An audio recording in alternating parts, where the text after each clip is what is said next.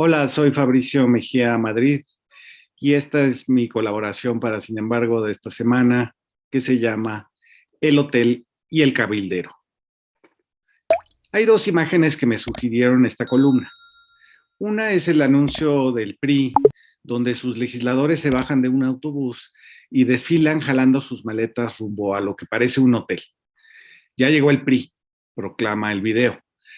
La otra imagen es la de un mañoso gestor de la industria eléctrica italiana, Paolo Salerno, sentado en una curul del Congreso mexicano, al lado de una diputada del PRIAN y exdirectora de deporte del gobierno de Michoacán, Silvano Aureoles, que se llama Edna Giselle Díaz Acevedo. Al ser descubierto, el cabildero se va con su portafolio, no sin reticencias. Son dos imágenes del debate de la reforma eléctrica, pero tienen que ver con el despliegue del neoliberalismo antidemocrático. Por un lado, los diputados del PRI fingen que llegan a acuartelarse porque según ellos y Santiago Krill de Acción Nacional, la gente que le pide a sus representantes que voten a favor de la reforma energética fuera de la Cámara quieren impedir la democracia. No nos dejaremos amedrentar, dicen los diputados, confundiendo la exigencia de sus representados con intimidación. Sobre las maletas resulta inevitable recordar esas otras, llenas de dinero, que se usaron en la reforma de Peña Nieto para sobornar a los legisladores.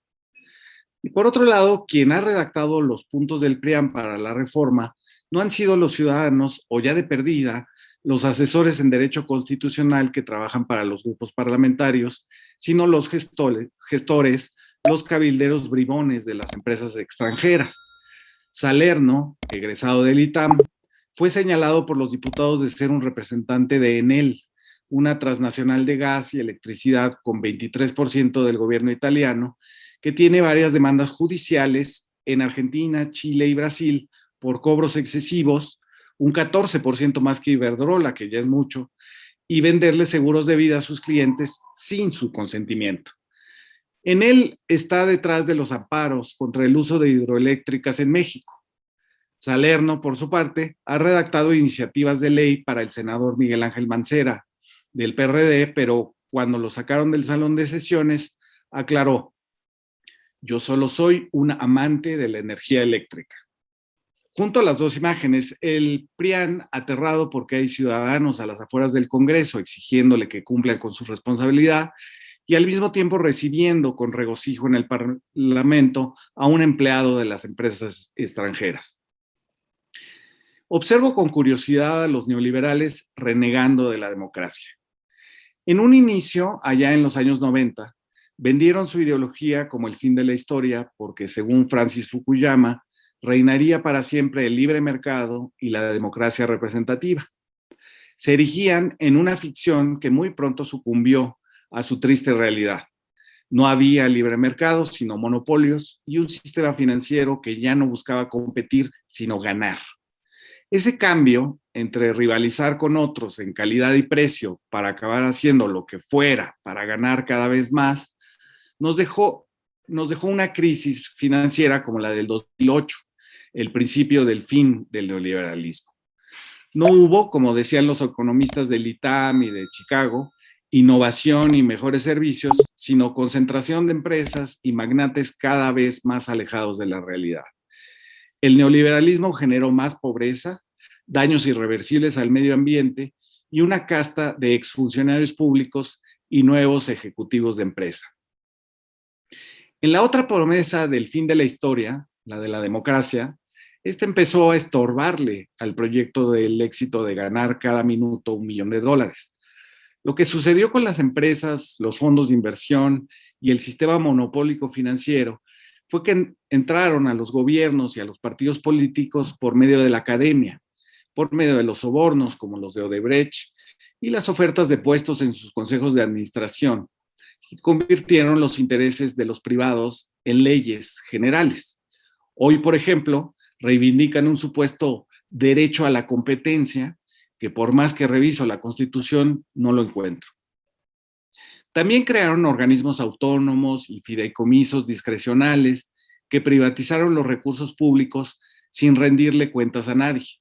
Es decir, desdemocratizaron a los estados, quitándoles funciones y teniendo en propiedad una estructura de poder y recursos paralela a la que elegían los ciudadanos. Por eso hoy el combate es en el ámbito de las leyes constitucionales y no como los contratos. Por eso hoy Europa no puede regular los precios de la luz y sus gobiernos optan por entregarle a la población dinero para que paguen sus cuentas. Es decir, prefieren emplear otra vez recursos públicos para financiar a las empresas eléctricas que, como buenos monopolios, se ponen de acuerdo para fijar los precios, para decidir qué es energía limpia y qué es sucia, y se amparan todo el tiempo en la ley.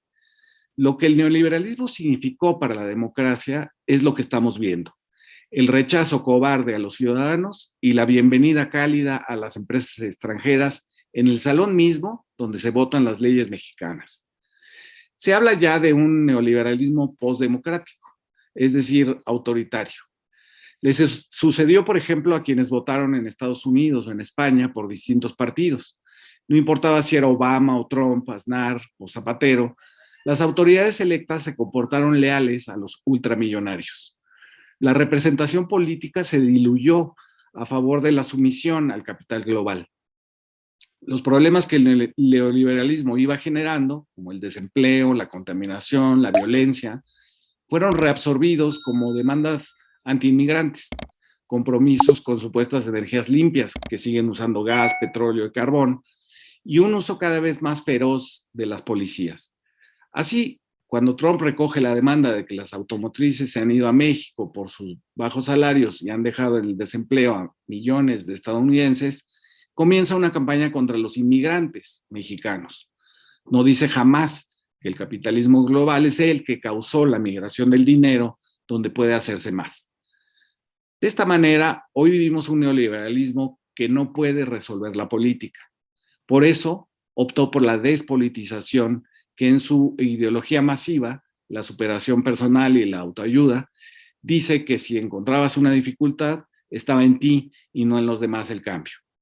El echeganismo transfirió las ansiedades que antes eran propias de la política hacia el interior de la persona, a la voluntad individual, a los errores de tu carácter. También sostuvo que el éxito era no solo una forma de razonar el cálculo del costo-beneficio hasta en las relaciones amorosas, sino de evaluar a los individuos. El neoliberalismo instituyó un esquema en el que ya nadie era valorado, solo valuado por el precio de su tiempo en el trabajo. Así se deshizo de lo que le estorbaba, la política, con sus conflictos, demandas, sectores organizados, personas críticas. En los 30 años del neoliberalismo, la política era irrelevante, salvo para los que estaban haciendo negocios con los gobernantes. Los demás, los ciudadanos, supuestos sostenes de la democracia, tenían que procurar hacerse de una sola dimensión, la económica, y ponerse a emprender, trabajar todas las horas que permanecieran despiertos y culparse a sí mismos si las cosas no les salían bien. Eran ciudadanos económicos, preocupados por lo que a un mercader le puede interesar, que nadie le regule sus ganancias y la forma de obtenerlas, y que estén seguros sus capitales y propiedades. Desvinculada de la política, el neoliberalismo generó a la casta de exfuncionarios y nuevos ejecutivos de las empresas. También lo hizo con los científicos, que empezaron a trabajar en temas para la industria, y con los dueños de los medios periodísticos enfrascados en justificar todo lo que arruinaba ese sistema económico. Así llegamos al México donde los diputados se esconden de sus representados en hoteles y le brindan un café al cabildero de las empresas, en el salón donde se discuten y votan el interés general. La desdemocratización ha sido tan salvaje que apenas hace unos días la oposición al gobierno del obradorismo festejó como suya la abstención en un proceso de consulta popular. Las expresiones de los expresidentes de Acción Nacional y de sus voceros en los medios celebraron que no se llegara al 40% de participación con un tercio de las casillas escondidas por el INE, son lo mismo que lo que le ha pasado a la cultura neoliberal. Si no puedes ganar, apuesta por no competir. Si no logras convencer de que tus intereses privados son los de la mayoría, acuartélate, evádete, desplázate a otro planeta. Cuando el teórico de la velocidad Paul Virilio fue interrogado sobre lo que pensaba que podría ser el ideal del sujeto en el neoliberalismo, habló del magnate Howard Hughes, que invirtió enormes subvenciones del gobierno estadounidense para hacer un mastodónico avión que transportara tropas en las guerras del imperialismo yanqui allá por los años 50. Pero de Howard Hughes al filósofo no le interesó el dinero o la guerra, sino qué sentiría un magnate volando en solitario en su avión privado. Concluyó que no sentía nada salvo la inercia. Volando a cientos de kilómetros por hora, lo que ansiaba era estar solo, contemplar desde abajo y en silencio las ruinas de lo que había dejado atrás. Pero nuestros burócratas del PRIAN no son Howard Hughes. Su problema es que el resto todavía existe y se les para enfrente en votaciones y protestas. Lo que todavía no han entendido es que ya no se pueden esconder. Muchas gracias, nos escuchamos la siguiente semana.